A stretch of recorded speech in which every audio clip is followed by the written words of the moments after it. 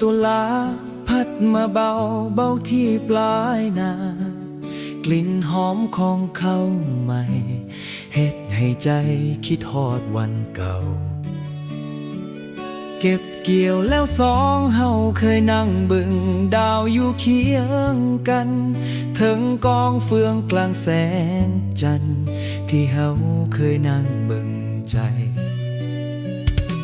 อากาศที่หนาวเย็นแต่หัวใจของอายบ่เคยสั่นเพราะมีน้องอยู่ข้างกายกันมือของน้องกับมืออายไว้ไออุ่นจากกองเฟืองก็บ่เท่าความอุ่นจากใจที่น้องมีให้อายในคืนที่ฟ้ากว้างดาวใสอายยังจือคำสัญญาที่เว้าไว้ข้างใจว่าจะหากันตลอดไปให้กองเฟืองนี้เป็นพยานภาพเก่ายังชัดเจนคือกับว่าเกิดขึ้นเมื่อวานนี้หอยยิ้มของน้องในตอนนั้นยังติดอยู่ในความทรงจำทุกครั้งที่ลมหนาวพัดมาพาใจให้คิดฮอดทุกคืน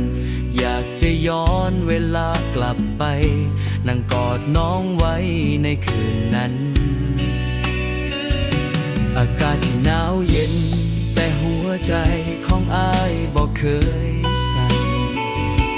เพราะมีน้องอยู่ข้างกายกันมือของน้องกับมืออายไว้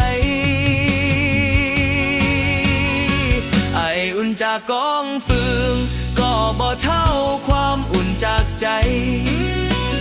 ที่น้องมีให้อายในคืนที่ฟ้ากว้างดาวใส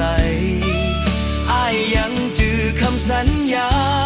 ที่เว้าไว้ที่ข้างใจว่าจะหากันตลอดไปให้กองเฟืองนี้เป็นพยาน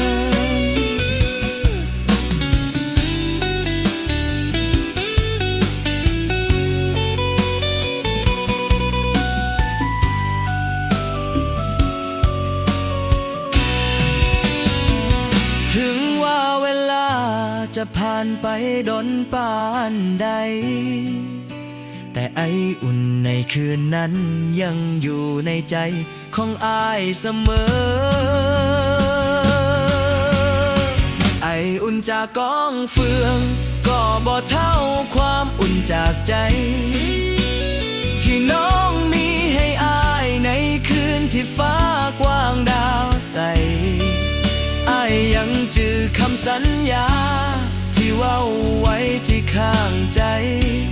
ว่าจะหากันตลอดไปให้กองเฟืองนี้เป็นพยานไออุ่นหา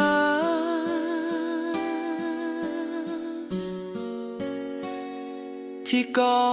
งฟ้า